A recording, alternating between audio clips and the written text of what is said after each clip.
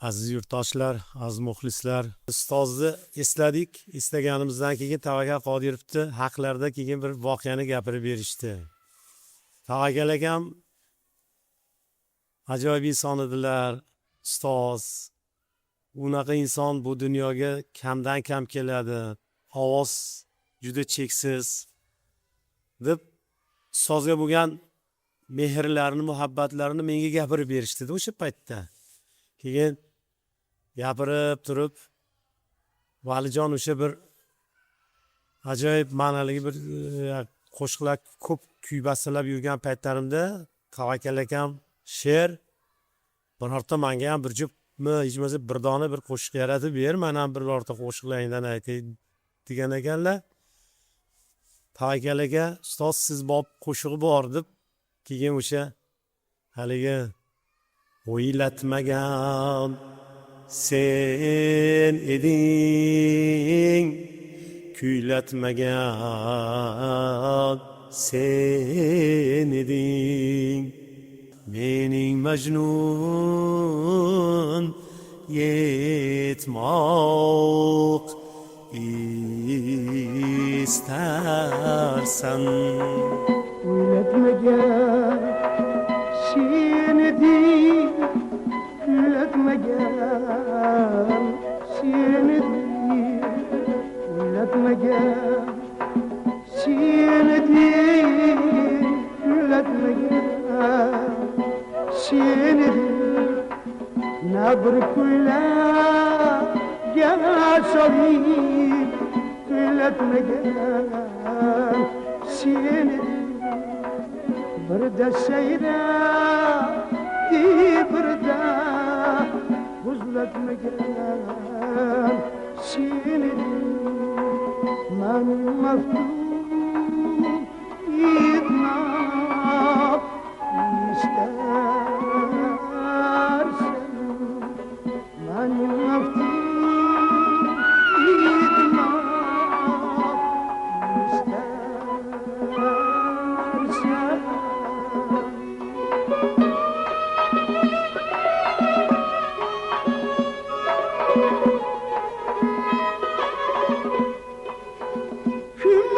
Sen güldürüm, yanmaydı sen yandırayım.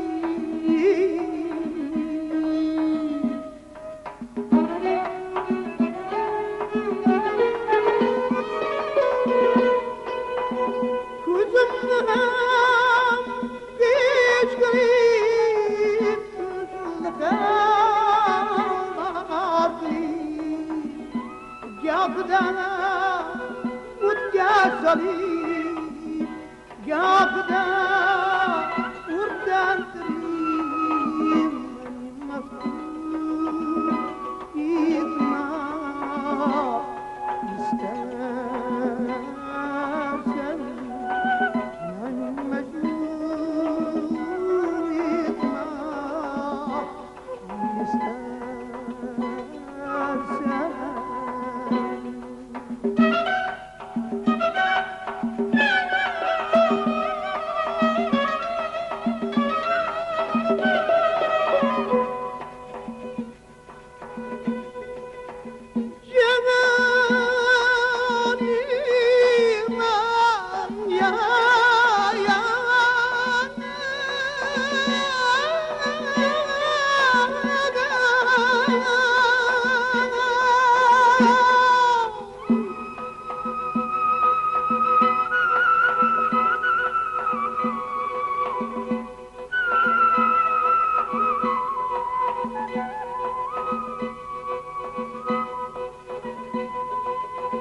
Arman kolgayımda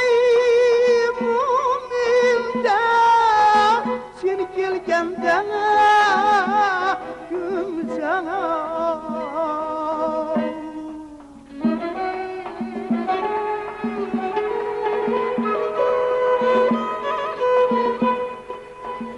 Sen kelganda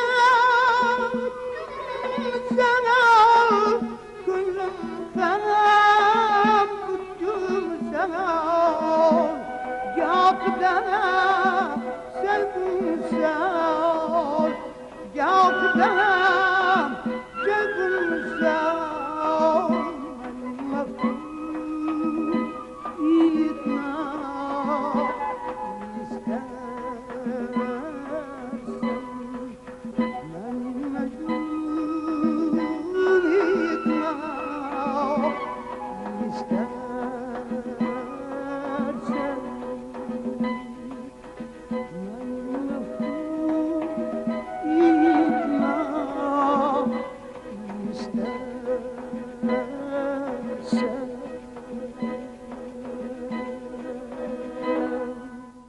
Mana shu qo'shiqni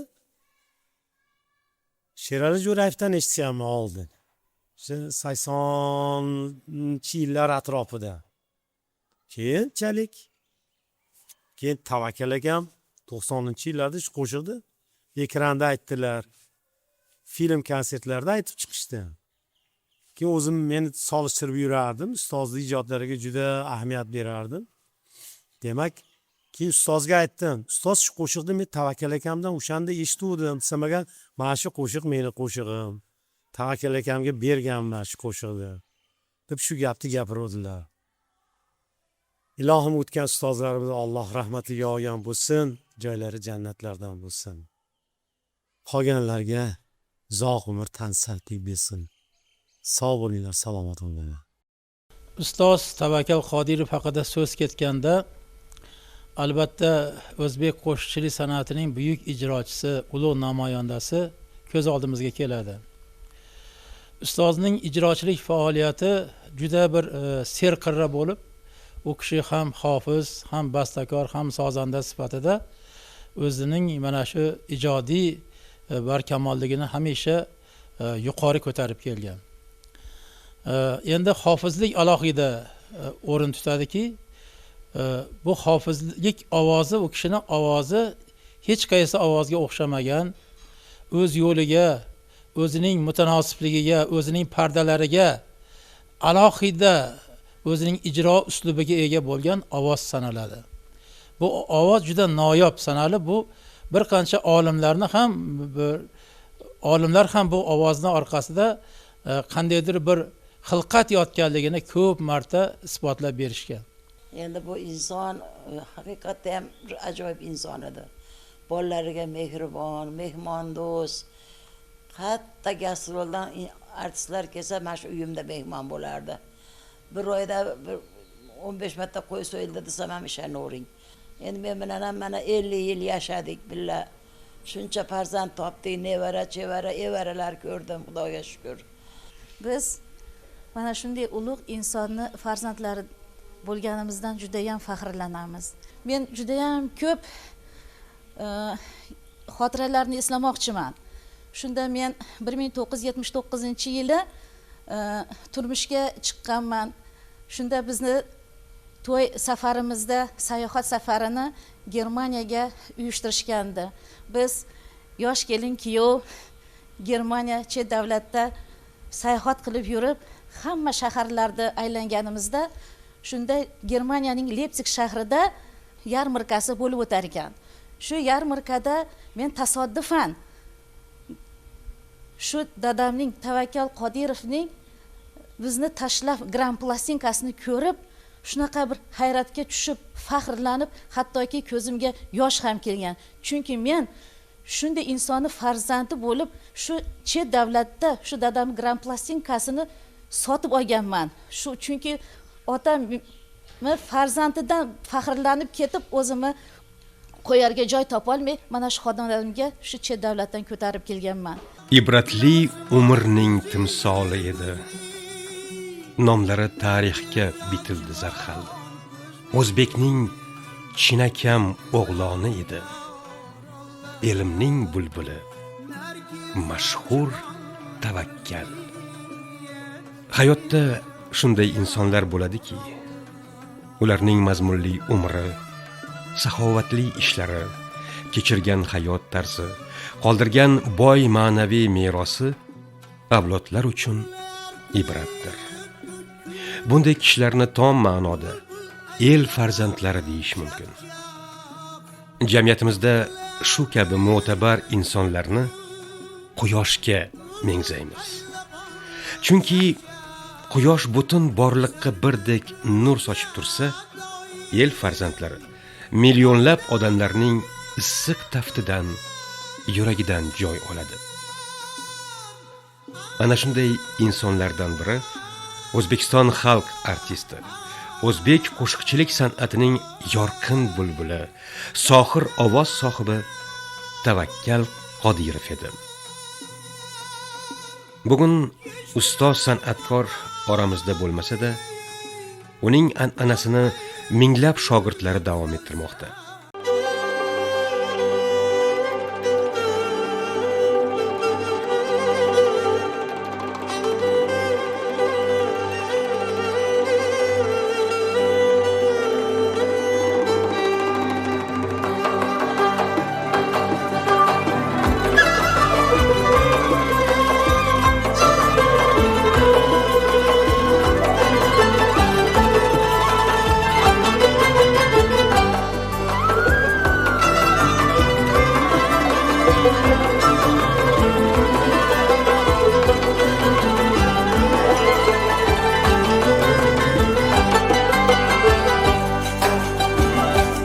O'ylasam dunyo tugal,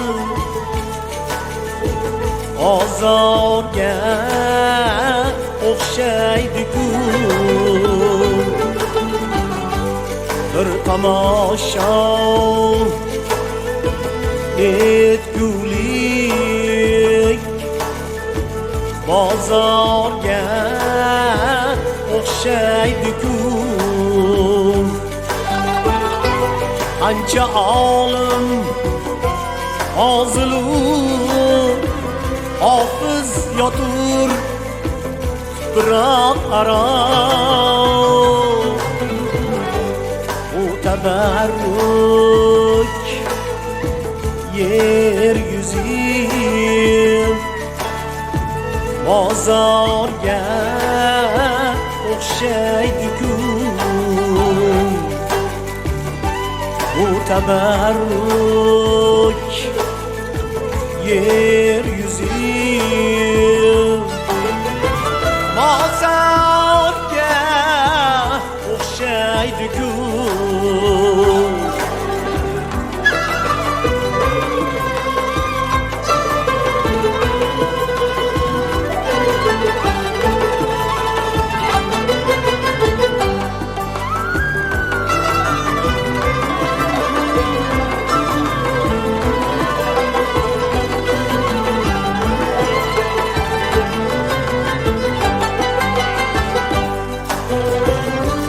Bir yorug' yulduz uchib so'ngdi falak osmonida.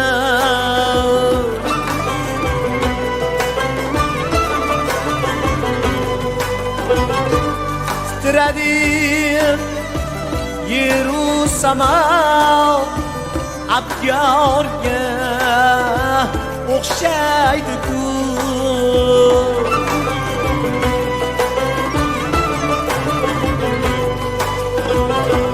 O'zbekiston bulbuli erdi Tavakkal Qodirov. Bu ajal bulbulga ham zorga o'xshaydi-ku. Bu ajal bulbulga ham zorga o'xshaydi-ku.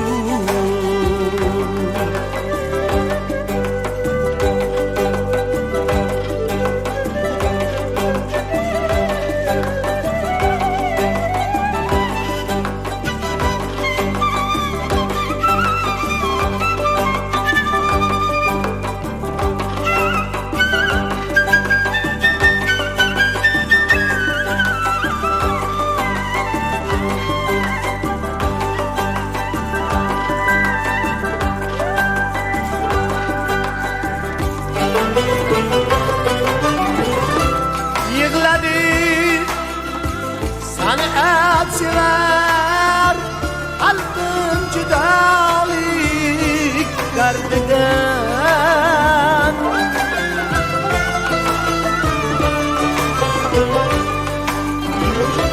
ko'zda yosh shogirdlari isyonga o'xshaydi.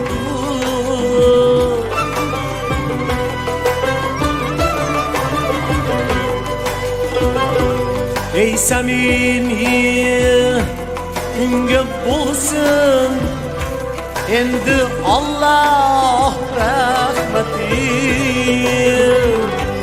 Qo'l oching bizdan duo darkorga o'xshaydi-ku. Qo'l oching bizdan duo darkorga o'xshaydi-ku. O'ylasam dunyo tugal ozorga